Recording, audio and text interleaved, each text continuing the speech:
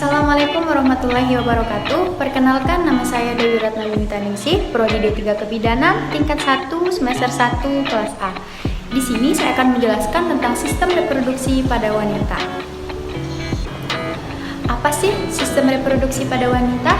Sistem reproduksi wanita adalah sistem biologis yang terdiri atau yang tersusun oleh organ dan jaringan yang digunakan untuk berkembang biak atau bereproduksi oleh wanita.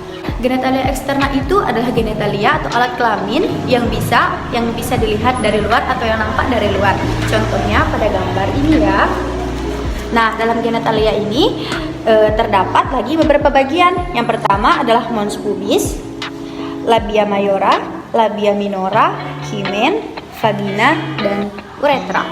Baiklah, saya akan menjelaskan satu persatu ya tentang genitalia, bagian-bagian genitalia eksterna. Yang pertama adalah mons pubis. Mons pubis ini adalah gundukan jaringan lemak yang menutupi tulang kemaluan yang memiliki atau yang mengandung kelenjar sebasea atau kelenjar yang menghasilkan minyak dan pada saat pubertas ini akan ditumbuhi bulu. Dan yang kedua adalah labia mayora. Labia mayora atau bibir besar atau bibir luar yaitu lipatan kulit berdaging yang membungkus dan melindungi organ reproduksi eksternal lainnya. Ya, ini dia labia mayora, kanan dan kiri. Dan yang ketiga adalah labia minora. Labia minora atau bibir dalam atau bibir kecil yang memiliki ukuran dan bentuk yang bervariasi. Lebarnya bisa sangat kecil hingga 5 cm. Kedua, bagian labia minora kanan dan kiri bertemu pada tonjolan kecil yang sangat sensitif ya, yang disebut dengan klitoris. Yang keempat adalah kelenjar Bartholin. Kelenjar Bartholin terletak di kedua sisi lubang vagina dan saat dirangsang kelenjar Bartholin mengeluarkan cairan yang kental yang berfungsi sebagai pelumas saat berhubungan intim. Dan yang kelima adalah himen atau selaput darah. Tidak semua wanita memiliki selaput darah ya. Nah, himen merupakan jaringan yang umumnya menutupi sebagian lubang vagina. Nah, pada saat wanita berhubungan intim, penetrasi pertama kali itu dapat membuat himen robek atau renggang ya. Tetapi tidak semua wanita itu memiliki selaput darah, dan robeknya selaput darah juga bisa disebabkan oleh hal lain seperti cedera. Dan yang terakhir adalah uretra.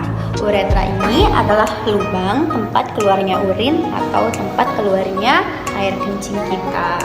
Fungsi dari organ reproduksi eksternal adalah yang pertama memungkinkan sperma masuk ke dalam tubuh wanita, dan yang kedua melindungi organ reproduksi internal dari kuman yang berbahaya, dan yang ketiga memberikan kenikmatan seksual.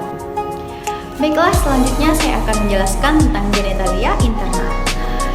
Genitalia interna adalah organ reproduksi wanita yang terletak di bagian dalam tubuh yang tidak bisa atau tidak dapat nampak dari luar, yang hanya bisa menggunakan alat khusus untuk melihatnya. Nah, dalam genitalia interna ini terdapat beberapa bagian. Yang pertama adalah vagina yang berfungsi sebagai tempat jalan lahir, tempat penetrasi penis, dan tempat masuknya sperma.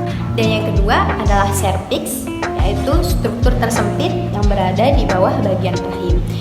Dan yang ketiga adalah endometrium. Endometrium ini akan menebal dan akan berfungsi sebagai tempat menempelnya sel telur jika sudah dibuahi. Dan apabila tidak dalam kondisi hamil, maka endometrium ini akan meluruh dan akan menjadi darah menstruasi.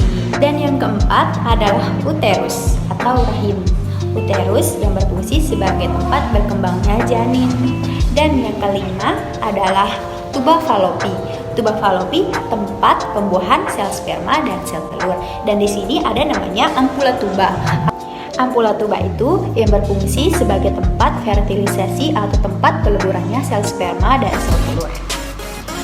Dan yang kelima adalah ovarium. Ovarium ini berfungsi sebagai tempat menghasilkan sel telur dan hormon reproduksi wanita, yaitu hormon estrogen dan progesteron. Baiklah, selanjutnya saya akan menjelaskan tentang panggul. Ya, tulang panggul itu terdiri dari tulang keras dan tulang lunak.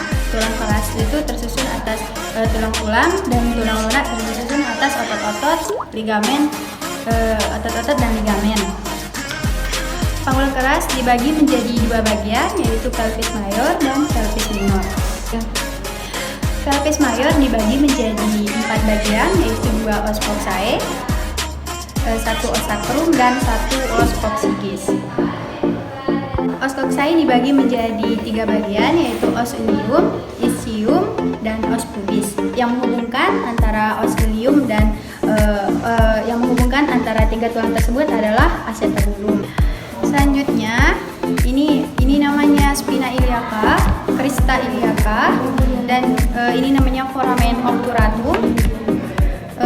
Selanjutnya yaitu ini namanya os sacrum, dan di bawah ini adalah os coccygeus ya. Spina iliaca anterior superior ini adalah spina iliaca anterior inferior, dan di belakang ini adalah spina iliaca posterior superior, spina iliaca posterior inferior. Ini adalah incisura ischiadica mayor, dan ini adalah incisura ischiadica minor.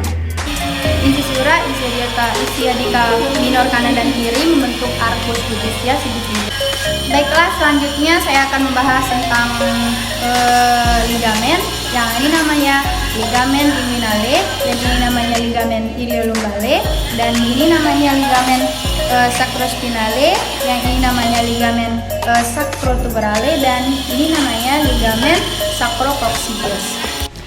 Baiklah, selanjutnya saya akan menjelaskan tentang articulatio. Yang pertama ada namanya articulatio sacroiliaca yang menghubungkan antara os sacrum dan os ilium. Dan yang kedua ada namanya articulatio sacrococcygeus yang menghubungkan antara os sacrum dan os coccygeus.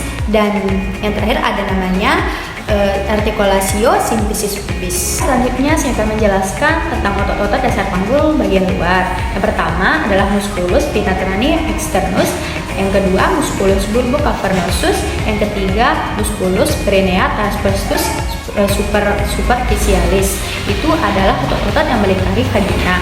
Dan ada juga otot-otot yang melingkari vagina bagian tengah dan anus, yaitu yang pertama musculus iliococcygeus, musculus ischiococcygis, musculus perineal transversus profundus, dan musculus coccygeus. Baiklah, selanjutnya saya akan menjelaskan tentang bentuk-bentuk panggul. Yang pertama ada namanya bentuk panggul ginekoid, yaitu dia berbentuk seperti bulat. Ya, bentuk panggul ini adalah salah satu bentuk panggul wanita yang paling umum. 41% wanita memiliki bentuk panggul seperti ini. Dan yang kedua adalah bentuk panggul android, yaitu setengah bulat atau berbentuk seperti hati. Nah, biasanya dimiliki wanita yang tinggi badannya dan memiliki lengkungan kemaluan yang sempit dan otot-otot bokong yang lebih kecil. 33% pria yang memiliki bentuk panggul seperti ini. Yang ketiga adalah bentuk panggul antropoid, yaitu bentuk panggul ini juga umum, namun tidak lebih lebar ke samping, kanan, dan kiri. Namun dia lebarnya itu ke depan dan ke belakang, ya seperti gambar ini. Dan yang terakhir adalah bentuk panggul platepoid, ya. Bentuk panggul ini tulang spina ischiadiacanya itu menonjol, namun bagian pintu atas panggul berbentuk rata seperti pada gambar ini ya. Selanjutnya saya akan menjelaskan tentang pemeriksaan panggul luar.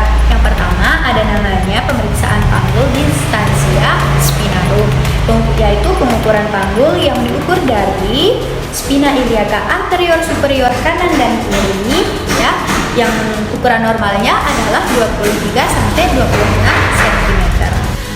Dan yang kedua ada namanya distansia cristarum, yaitu pengukuran panggul yang diukur dari crista iliaca anterior superior kanan dan kiri ya, yang ukuran normalnya adalah 26 sampai 29 cm. Dan yang ketiga adalah pengukuran conjugata externa, yaitu pengukuran yang diukur mulai dari titik simfisis sampai lumbal kelima, dan ukuran normalnya adalah 18 sampai 20 cm.